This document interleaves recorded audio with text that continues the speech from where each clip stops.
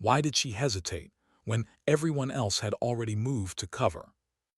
The order had been clear: fall back, regroup at the secondary line. But her boots didn't move. Her breath didn't quicken. Her eyes stayed locked on the ridge where the enemy was pressing forward, smoke crawling across the broken earth like a living shadow. She knew what retreat meant. Not just distance lost, not just ground surrendered. It meant something unspoken would break, a promise she had carried into every mission, a vow made long before she wore this uniform. And so she didn't move. The others shouted her name, a mix of anger, panic, disbelief. She didn't answer. The radio in her ear crackled with clipped voices. Pull back, damn it, that's an order. She clicked her mic once, a soundless acknowledgement, but her rifle remained steady against her shoulder. Inside there was no noise, just a weight pressing against her ribs. Her pulse slowed. She wasn't reckless. She wasn't trying to be a hero. She was standing because retreat would make something inside her collapse, and that she could not allow. Still, a voice inside whispered, "Do you really think you can hold this alone?" She didn't answer that either. The first round cracked past her helmet, slamming into the stone wall she crouched behind. Dust exploded across her cheek. The enemy was close now. Too close. She could hear them, boots striking rock, guttural commands in a language that carried like gravel dragged through a drum. She exhaled. Her fingers settled. One shot, then another, then silence. The enemy advance faltered. For a moment the air shifted. Her squad had gained precious seconds, maybe minutes. But even seconds could mean lives. And that was the equation she had memorized from the beginning.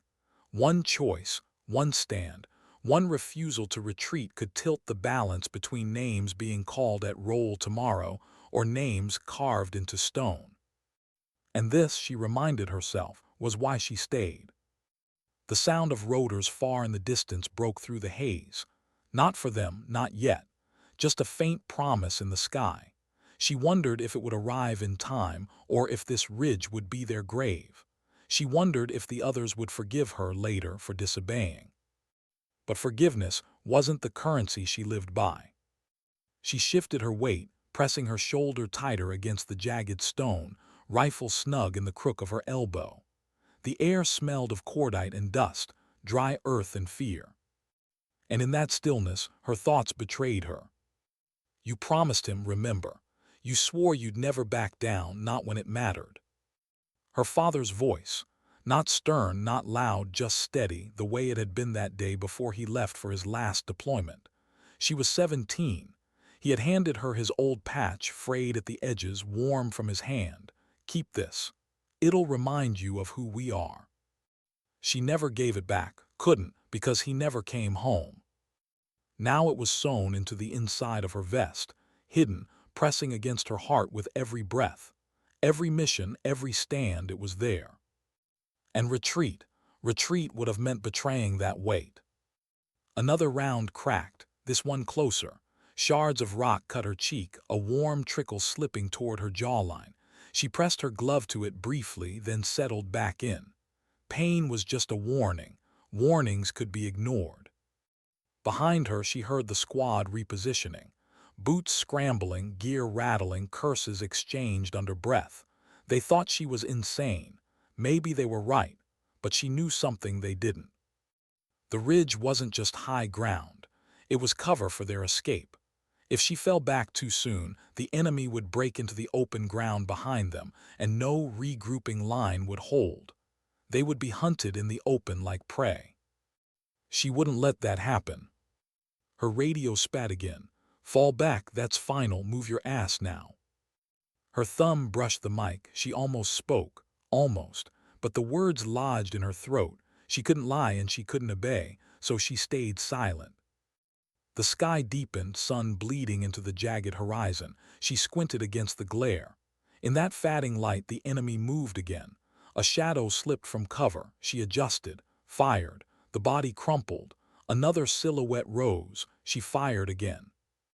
Her hands moved like memory, her mind quiet. This was the rhythm her father had taught her with a hunting rifle long before war ever came into her life. Breath first, then choice. Sight, then squeeze. He said it like prayer. She had learned it like scripture. Her squad was gone from sight now. She was alone. Or at least that's what it looked like. But she could still feel them just over the rise, setting claymores, digging into secondary lines, catching their breath because she was buying them time.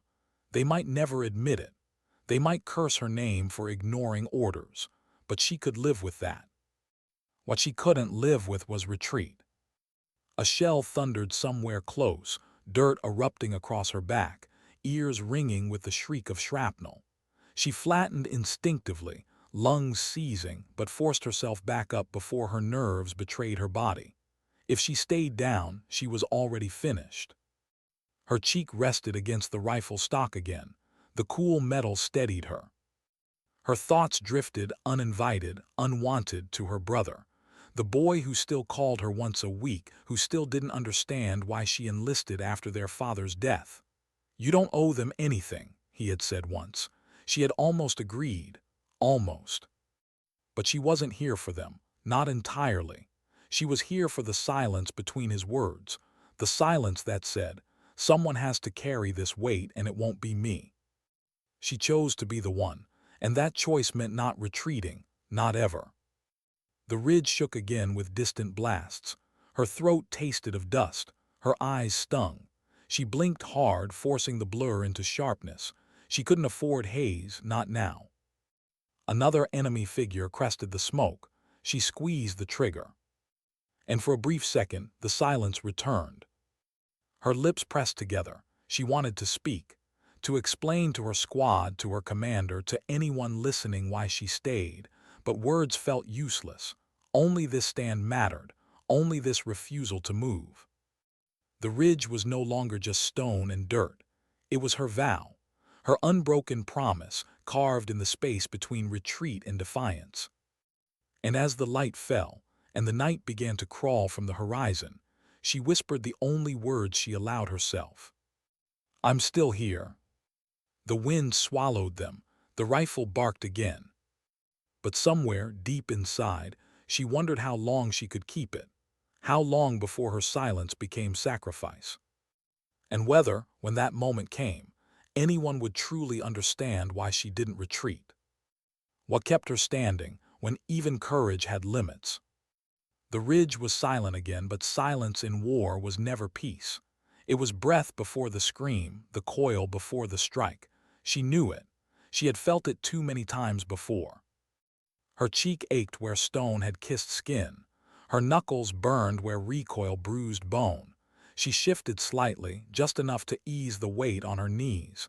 But she didn't move farther. She wouldn't. She could feel it, the enemy wasn't done. The pause was deliberate. They were regrouping, whispering in the smoke, weighing her persistence like hunters circling prey that refused to fall. Her radio spat a fragment of voice. "Last chance, pull back, don't be stubborn." She almost laughed, not bitter, not cruel, just tired.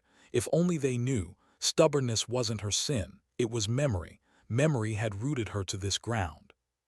She pressed her forehead briefly to the rifle stock, letting the cold steel calm her. The smell of oil and dust wrapped her like a familiar blanket. She closed her eyes just long enough to remember another smell, leather and tobacco, her father's jacket when he hugged her goodbye at the bus station. He hadn't wanted her to come that day. "Stay with your brother, look out for him, promise me." She promised, she lied. Because even then she knew she'd follow him somehow. He left with a wave, he never came back. And when the knock came on the door, when her mother fell to her knees in a soundless wail, when her brother's face crumbled into something she had never seen before, she decided. Someone had to carry it on. She would. The crack of a sniper's round tore through the memory. Rock exploded inches from her face. She dropped flat, breath seizing, ears ringing with the ghost of death. A heartbeat later, she was rolling, shifting her position by instinct, rifle sweeping, searching for the glint. There, a shimmer in the haze, she steadied, fired, and the shimmer vanished. Her lungs emptied in a long, shaking exhale. That close, too close. The radio hissed again. A different voice, lower, steadier, her commander. If you're alive, hold for 30 more. Reinforcements are moving. 30. She clicked once, a fragile truce.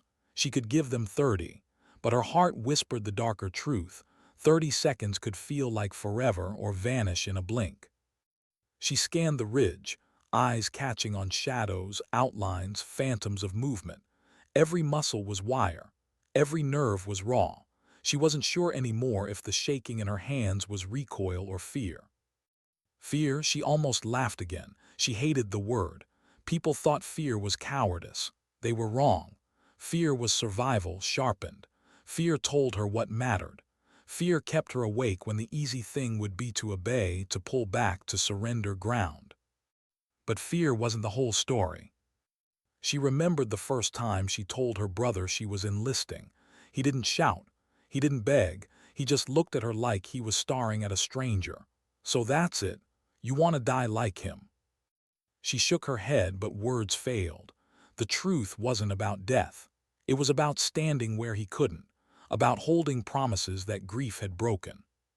She never explained. Some truths lived better in silence. The ground trembled again. Not shells this time, boots, heavy, many. The enemy was moving, not just skirmishers now, a wave. They were testing her line, pushing her measure. She shifted, sliding along the ridge to another pocket of stone. Her knee screamed as she landed. She bit down hard, teeth-cutting lip, copper flooding her mouth. Pain, always pain, but pain meant she was still alive. The first figures broke through the smoke. She fired. One fell, two, but more came. A tide of shadows spilling over broken earth. She adjusted, squeezed, adjusted again. Her rhythm broke into chaos. The rifle kicked harder. Her shoulder burned. "How long can you hold this?" The whisper came again. Her heart answered, "As long as I have to." Then a sound she hadn't expected. Not enemy fire, not friendly, something different, a scream. Not hers. A man's voice, sharp, cracking through the smoke. She froze. Enemy, civilian, her squad. The scream came again, closer, and then silence. Her finger tightened but didn't pull. She wanted to know, needed to know. A shadow stumbled through the haze, not armed, not fast, limping. She aimed, held, hesitated, her chest clenched. It was a boy. Not older than 16. Dirt-caked, clothes torn, eyes wild with terror. He stumbled, collapsed to his knees, and looked straight at her with the wide, glassy gaze of someone who had seen too much. Her rifle wavered, just an inch, but in war an inch was a lifetime. The enemy was behind him, she realized, using him, pushing him forward to draw her fire. Her throat tightened. She could shoot, end it clean, but she couldn't, not him. The boy screamed again, a wordless cry. Then he fell flat. Behind him the shadows surged. Her choice was made. She shifted, firing over him, through him, around him.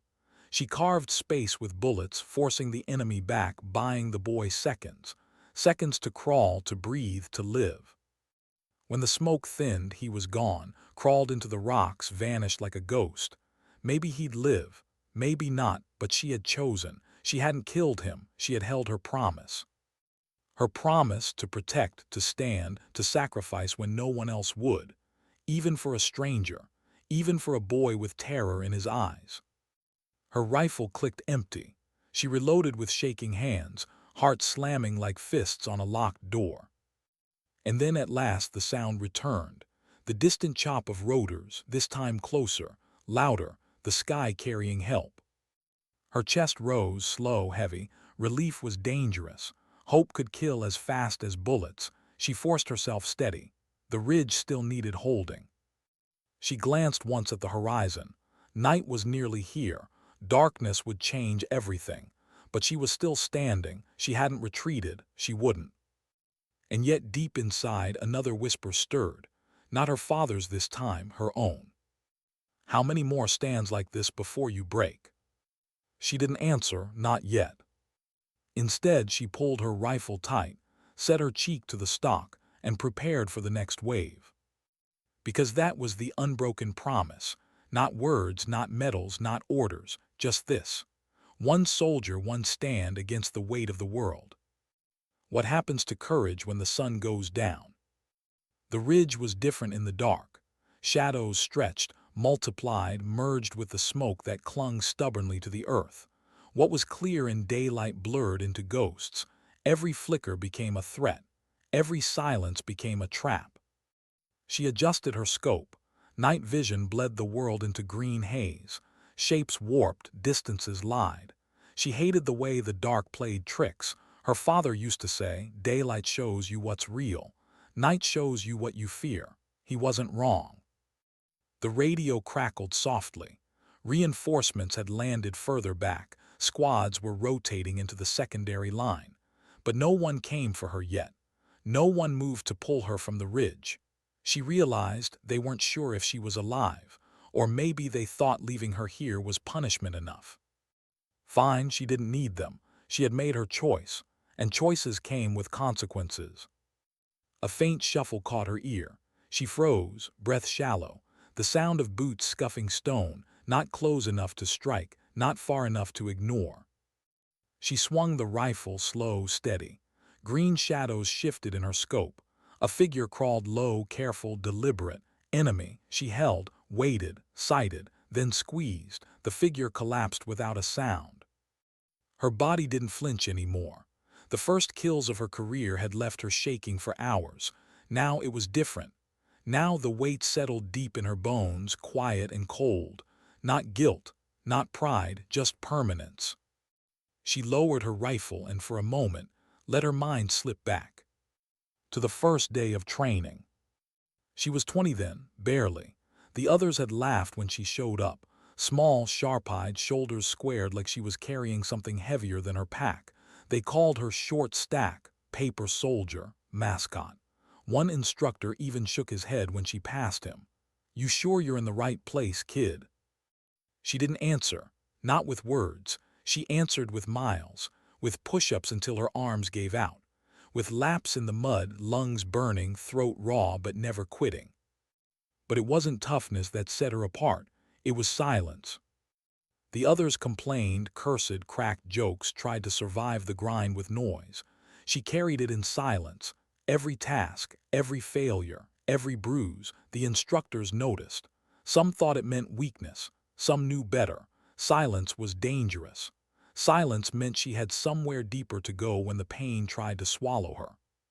She remembered one night after a brutal field exercise.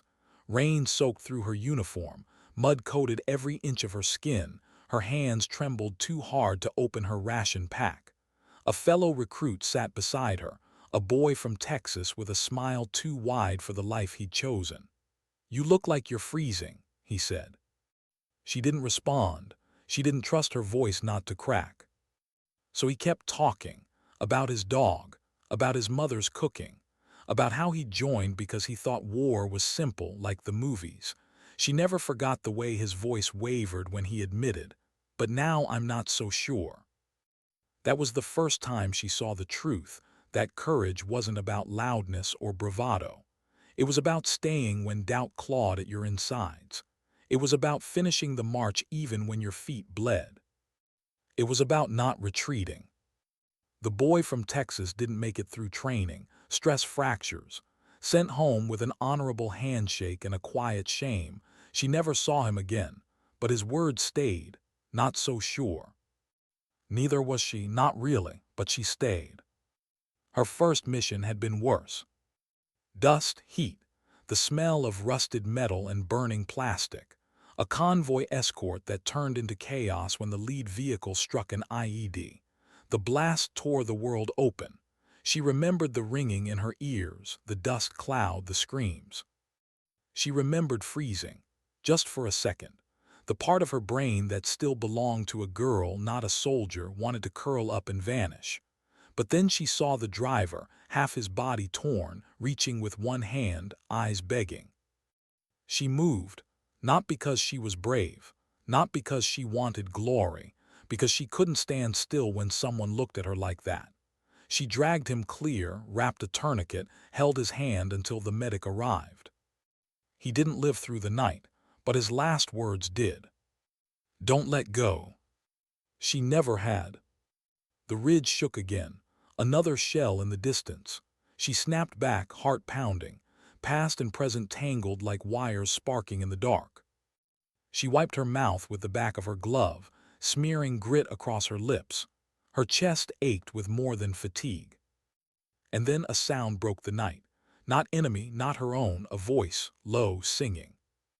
She stilled. It was coming from the rocks below. A man's voice cracked, almost broken, humming a tune she couldn't place. Foreign, soft, but threaded with pain.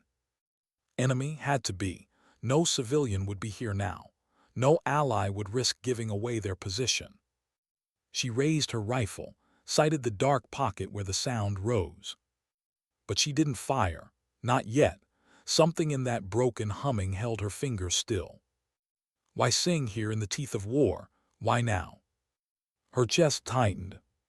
She thought of her father again. He used to hum when he polished his boots. Not words, just sound. She remembered watching him, the way the low tune filled their kitchen, the way it made even silence feel safe. Her throat burned. She lowered the rifle, just an inch, just long enough to wonder if mercy had a place here. The humming stopped. Then footsteps, slow, deliberate, someone moving in the dark. Her finger tensed again, ready, waiting. The figure stepped into view, not a soldier, not armed. She squinted through the scope. An old man, beard long, clothes ragged, eyes wide but not hostile. He carried nothing but a ragged satchel. She blinked. Civilians shouldn't be here. Couldn't unless he was caught in it all, like the boy. The old man's eyes met hers, just for a heartbeat. And in that fragile connection she felt it, the weight of lives trapped between armies, of ordinary people crushed in battles that weren't theirs. She exhaled slowly, lowered her rifle, let him pass. The ridge belonged to her, but mercy belonged to him. When he vanished into the dark, she whispered to herself, almost soundless, "Go." Her radio crackled, "Status." She clicked once, alive, still here. She didn't explain, couldn't. Some things didn't belong in reports. The night stretched on. Her body screamed for rest, her eyelids dragged heavy. But she stayed awake, rifle steady, heart locked, because the ridge wasn't just a hill. It was a graveyard of promises, and she had sworn never to retreat.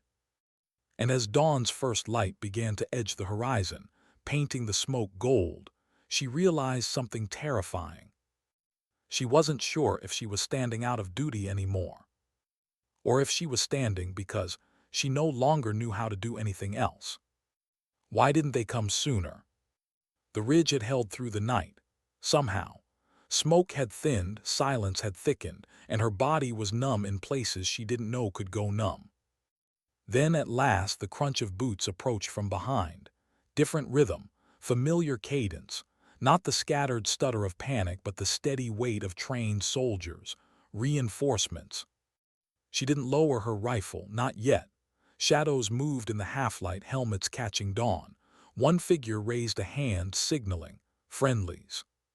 She let her finger ease off the trigger, but the rifle never left her hands. It was fused to her now, bone to steel, promise to weapon. "Jesus," a voice muttered as they drew closer. "She's still here." Still here. The words struck harder than they should. Not praise, not disbelief, just fact. As if her existence was now a question answered by survival alone. One of them crouched beside her. Sergeant from the patches. His face lined with fatigue, eyes sharp but softened at the edges when he saw the blood on her cheek, the mud crusted across her armor. "You disobeyed." She didn't answer, she couldn't. What was there to say? She stayed, that was all. He sighed, shaking his head, not angry, tired. "You bought us the night, you kept the line." The others moved past, setting positions, scanning the horizon. She stayed where she was, rifle still pointed outward, body coiled tight. The sergeant studied her a moment longer, then spoke quietly. "You remind me of someone I knew. Stubborn bastard. Died holding a ridge too. Left the rest of us alive. I hated him for it. She turned her head slightly, eyes meeting his. There was no accusation in his tone, just memory, a wound that never closed. "Don't make me hate you too," he said. Her throat tightened. She looked away, outward, always outward, because if she looked inward she might break. The sky brightened, the battlefield painted in gray and gold. For now the enemy was quiet, waiting, like predators just beyond the tree line. She breathed slow, shallow. The weight of the night pressed into her bones, but another weight pressed deeper, one that came not from war but from blood. Her brother. She hadn't seen him in 2 years, not in person. Calls were rare, strained, always circling the same wound. He never forgiven her for enlisting. The last time they spoke face to face, his words cut sharper than any blade. "You're doing this for him, aren't you?" She had stayed silent. "God, you can't even admit it. You think you're honoring him, but you're not. You're just trying to replace him, like he can be swapped out for another name on a uniform." Her chest had ached, then the way it ached now. "You don't understand," she'd whispered. "No, you don't," he'd snapped. His eyes had glistened, voice breaking. "We already lost one, I won't lose you too." She turned away, because turning away was easier than answering. That was the last image she carried of him, anger and grief mixing in his face, love hidden beneath fury. Here now, crouched on a ridge thousands of miles from home, she wondered if he'd even want to know she was alive this morning, or if part of him prayed she was, so he wouldn't have to keep waiting for the call. The sergeant's voice pulled her back. "They'll hit again soon, you can step back now, rotate, you've done enough." Enough, the word echoed hollow. What was enough when promises weighed heavier than orders? She adjusted her grip on the rifle, shaking her head slightly. Not yet. She couldn't step back. The ridge wasn't finished with her. The sergeant studied her, jaw tightening. Then he rose, muttering, "Damn fool," before moving off. She was alone again, even among allies, but she preferred it. Crowds couldn't carry her silence. The horizon shifted, dust clouds on the far edge. Movement, the enemy was coming. Slow, deliberate. They had tested the ridge all night and now they knew reinforcements had arrived. This would be different, bigger. Her heart steadied. Her body screamed, but her mind locked into place. She had no energy left for fear, only resolve. A young soldier slid beside her, barely 20. His hands shook as he loaded his rifle. He tried to mask it, but she saw. She always saw. "You were out here all night," he whispered. She didn't answer. He swallowed hard. "How?" Her eyes stayed on the horizon. "You don't think about it, you just stay." The boy nodded, though his face showed he didn't understand. Not yet. Maybe one day he would, or maybe he wouldn't live long enough to. He exhaled, whispering almost to himself, "I'm scared." For the first time in hours, she turned to look at someone. Really look. His eyes were wide, pupils blown with fear, jaw tight with the effort of holding it in. She thought of her brother again. Younger, fragile in ways he hid with sarcasm and defiance. She saw him in this boy's trembling hands. She wanted to tell him it was okay. That fear didn't make him weak. That even she, standing here unbroken, felt it too. But words stuck. She wasn't her father with his steady voice. She wasn't her brother with his raw honesty. She only knew silence. So instead she reached out, just briefly, pressed her glove against the boy's arm, firm, grounding, a gesture, nothing more. His breath hitched, then steadied. That was enough. The dust clouds grew thicker. The sound of engines joined them, armored carriers, heavy weapons. This would not be a skirmish. This would be a storm. The boy tensed. She lowered her hand, settled her cheek against her rifle, and whispered just loud enough for him to hear. "Stay." The first shell hit. The ridge shook, rocks exploding into shrapnel. The world roared. She didn't flinch, not anymore. Because retreat wasn't in her bones. Not then, not now, not ever. And as the enemy wave poured forward, and the ridge erupted into fire once more, She thought of her brother. If she survived, maybe one day she'd explain, not to justify, not to win him back, but so he'd know she wasn't trying to replace their father. She was trying to carry what was left of him. The promise, the weight, the stand. Her finger tightened, the rifle sang. And she whispered to herself, a vow that echoed louder than gunfire in her chest. I won't retreat. Why did she feel colder than the desert night around her? Her hands trembled slightly, not from the chill, but from something far deeper, the kind of shaking that came when the body remembered things the mind tried to forget. The ground beneath her was hard, unyielding, just like the silence that had fallen across the ruined outpost. Dust still floated in the air, illuminated by the pale glow of a distant flare. Somewhere far off, artillery rumbled. Distant thunder, but not from the sky. She crouched by the broken wall, her rifle across her knees, her head tilted toward the horizon. She wasn't listening for footsteps, not exactly. It was something quieter, something only soldiers long in the fight understood, the shift in the air when everything was too still. They had told her to retreat. Command's last words to her had been clipped, almost impatient. Fall back. Don't hold position. It's not worth the risk. But here she was. Her squad was gone, evacuated or scattered. The outpost was considered lost, just another stone in the dirt swallowed by the tide of war. And yet she stayed, rooted to the ground by something more stubborn than fear. It wasn't courage she felt, not the kind they talked about in speeches or wrote in commendations. This was something quieter, sharper, a promise made long ago, one she couldn't abandon, no matter how many voices told her to move. She reached up and touched the chain at her neck. The small metal tag was warm against her skin, not her own. His. Her brother. He'd fallen here months before in the same stretch of land, during a mission no one wanted to talk about anymore. Officially, his loss was part of a necessary withdrawal. The file closed quickly, too quickly. She had read the words over and over, each line draining color from her face. Killed during retreat. Killed, retreat. Two words that didn't belong in the same sentence, not for him. And not for her. So she stayed, against orders, against reason, against every instinct screaming at her that the next wave of enemies would see her silhouetted against the ruins and cut her down like brittle glass. Her earpiece hissed faintly, static broken by a strained voice.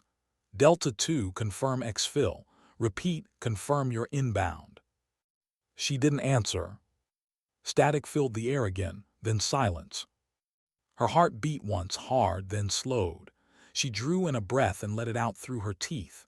If she moved now, she'd be safe. Safer, at least. She could return to base, file her report, join the faceless rotation of missions that blurred into one another. Another day, another battlefield. But if she left, she knew something would be broken in her, permanently. She set her rifle against her shoulder. The stock pressed firm and leaned into the shadows of the wall. The night answered with a sound that made her grip tighten, boots crunching gravel, not hers. Her pulse spiked, but she forced her body still, her breath shallow. 3 figures emerged first, their outlines caught in the flare light, then more. She counted softly in her head. 5, 8, 11. They moved slowly, rifles slung low, voices hushed but sharp. They weren't here by accident. This wasn't a passing patrol. They were searching. For what she couldn't know. Her mind flickered, one part of her screaming to pull back, to melt into the dark, to live. The other part, the louder one, rooted in her chest, whispered a single truth. This ground is not theirs. Her brother's blood had already mixed with the dust beneath her. Leaving would mean abandoning that memory. It would mean retreat. And retreat wasn't an option, not for him, not for her. She adjusted her sight, the reticle glowing faintly. The nearest figure lifted a hand, signaling. They were fanning out, a methodical search, efficient. This wasn't chaos, this was intent. She swallowed the lump in her throat. And then, with the smallest motion, she whispered to herself, Not a prayer, not even words, just a breath that carried weight. She steadied her hands. She didn't retreat. Not when told, not now, not ever. The first shot cracked like lightning across the night.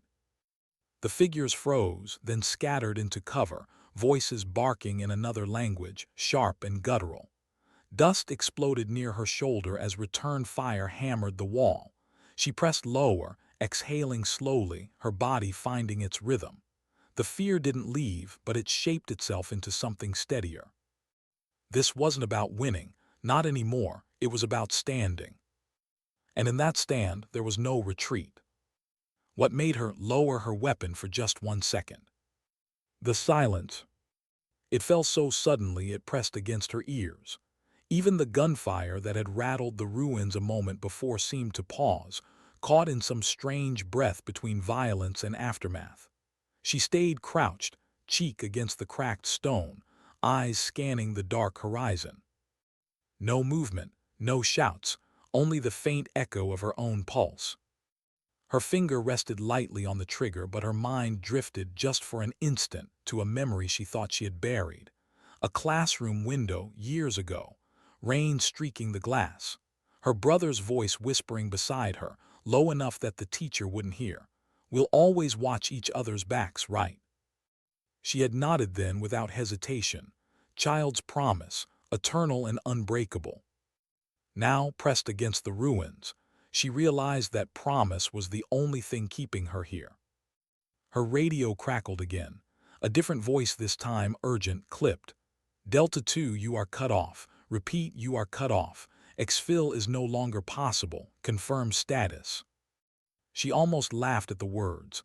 Cut off, she already knew. Exfil, she had stopped thinking of escape the moment her boots touched this soil. Status, what status could she give? Breathing, waiting, remembering. She pressed the earpiece once but said nothing. Not because she couldn't, because she didn't want to. Words meant pulling herself back into their reality. Silence meant staying in her own. From the shadows, a faint scuff. Her body tensed. She swung her sight toward the sound. A figure slipped from cover, moving carefully, rifle low. He wasn't like the others, his steps were slower, almost deliberate. Searching but not rushing. Through her scope she caught his face. Young, too young. His lips moved, whispering something she couldn't hear. A prayer, maybe, or a curse. Her chest tightened. She had been trained to see targets, not people. But in that moment, she saw the boy he might have been before the rifle, before the uniform. The way his shoulders hunched reminded her of her brother when he was 16, carrying too much weight on his frame, refusing to admit it. Her finger hesitated on the trigger. The silence pressed harder. She thought of the chain around her neck, the promise etched into her bones. And she wondered, was keeping that promise about vengeance or about something else? The boy turned, his shadow long in the flare light. He raised his rifle slowly, uncertain. She drew a breath. And then she chose. Her shot rang out precise, controlled. He fell. The silence shattered. Shouts erupted again, the air filled with gunfire. She pulled back, heart pounding, body pressed flat as debris splintered above her head. Her hands no longer trembled. They moved with a kind of detached clarity, reloading, firing, shifting position. But her mind wasn't clear. Her mind was screaming. Because for all her training, all her resolve, all her talk of sacrifice, she couldn't silence the image of his face. The boy, the echo of her brother, the promise. And for the first time, she felt the weight of a question she wasn't ready to answer. What did standing here truly mean? Her stand was supposed to be about him, about the vow they had made. But as the night dragged on and her rounds ran low, she began to understand something else. Maybe sacrifice wasn't about dying for the promise.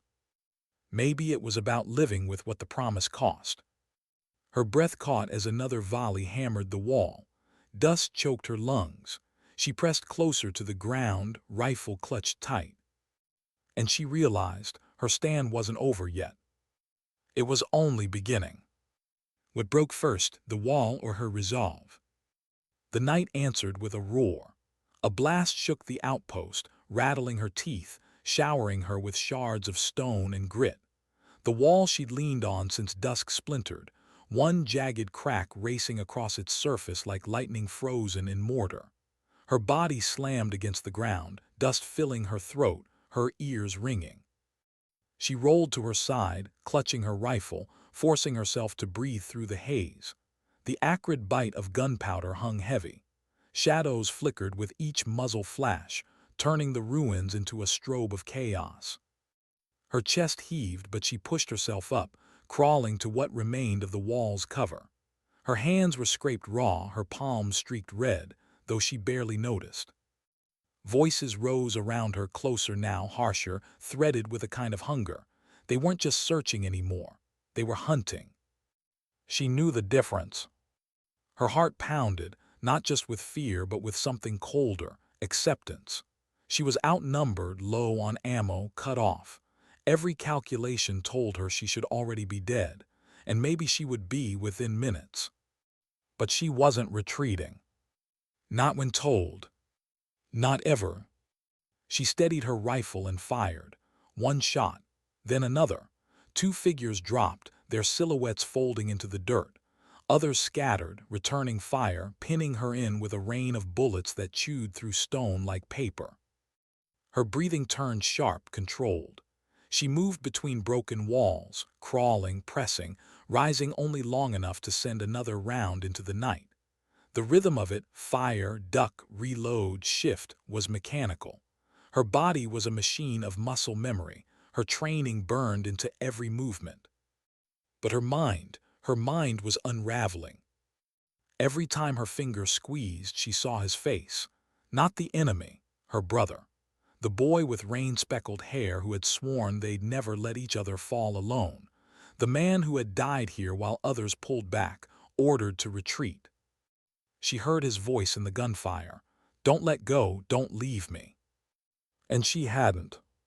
But now she wondered, was she keeping the promise or breaking it? Another explosion tore through the ruins, the ground heaving beneath her.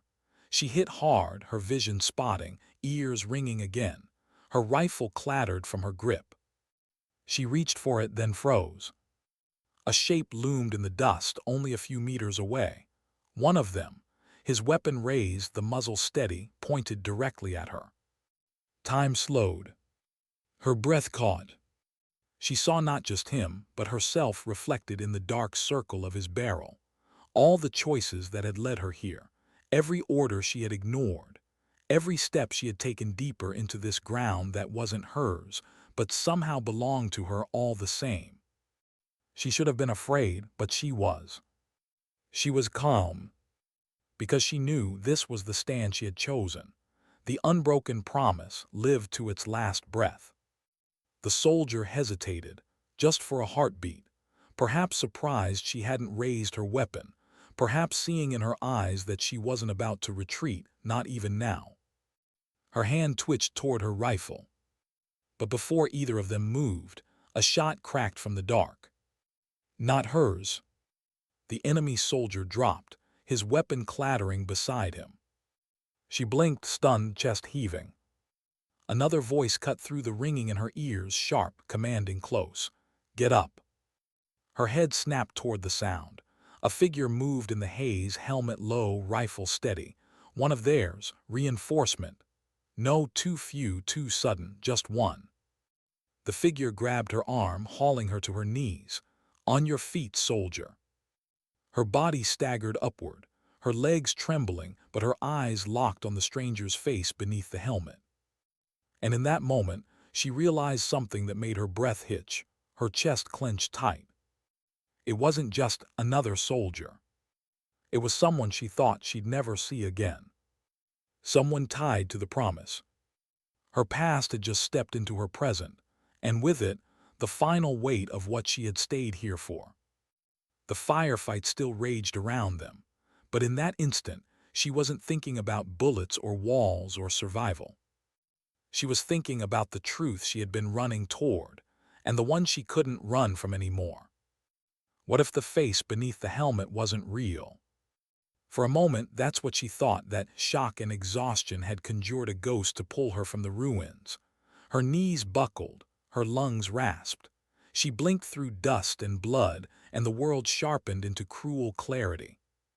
It was him, not her brother. She knew that was impossible. But the same eyes, shaped by the same resolve, carrying the same weight of silent vows. The soldier holding her up was his closest friend, the one who had walked beside him until that last mission. The one who came back and never spoke of what had happened. Her chest clenched so hard she thought she might collapse again. "On your feet," he barked once more, his voice rough with more than just command. It was thick with guilt, with something heavier. "Move." Gunfire tore around them. He dragged her into cover, his movements urgent but precise, the way men moved when they'd lived too long with regret. She stared at him, her hands trembling. "You," the word cracked in her throat. She wanted to demand answers, to scream at him, to strike him. Instead, she whispered the only thing that mattered. "Why didn't you tell me?" His jaw tightened. For a second, his eyes broke from the battlefield, finding hers in the dark. "Because he made me promise." The world seemed to tilt. Her brother, his promise, her own. Two threads of the same vow colliding now here in the ruin where everything began and ended. Tears stung her eyes, blurring the flicker of muzzle flashes. The firefight still roared, but it all felt distant, muffled, like she was underwater. She wasn't sure if she was shaking from exhaustion or from the truth finally tearing through her. He gripped her shoulder hard, grounding her. "He stayed so you could live. You stayed so he wouldn't be forgotten. Don't you see? You've both already kept the promise." Her breath broke, ragged. The words lodged deep. Kept the promise. Not by dying, by standing, by remembering. A round snapped past her head, jolting her back to the present. She raised her rifle again, this time with hands steady, not from fury, but from clarity. She moved beside the man who had once carried her brother's weight, and together they fought. It wasn't about vengeance now, not about proving something to command or even to herself. It was about finishing the moment, about standing until the silence came. Minutes blurred, gunfire, shouts, the smell of earth and smoke. The outpost held, though barely. And when the last echo faded into the night, she realized she was still alive. Alive and emptied. Her body slumped against the fractured wall, her chest rising in shallow bursts. The man beside her leaned his head back, eyes closed, his weapon resting across his lap. Neither spoke. The silence was no longer frightening. It was sacred. Her fingers brushed the chain at her neck, the tag warm against her skin. She thought of her brother's words, whispered across a classroom window streaked with rain. "We'll always watch each other's backs, right?" He had, she had, and now maybe she could let the promise rest. The man finally broke the quiet, his voice low, raw. "You could have left. Why didn't you?" She stared into the night, where the flare light had burned out and the stars stretched endless across the black. Her answer was simple, barely more than a breath. Because retreat was never mine to take. Silence returned, deeper this time. Not empty, full of memory, of loss, of dignity. Sometimes dignity doesn't speak. It simply acts. And in that silence she felt him there, not in ghost or shadow, but in the ground itself. In the dust she had refused to surrender. Her stand was over. But the promise lived on.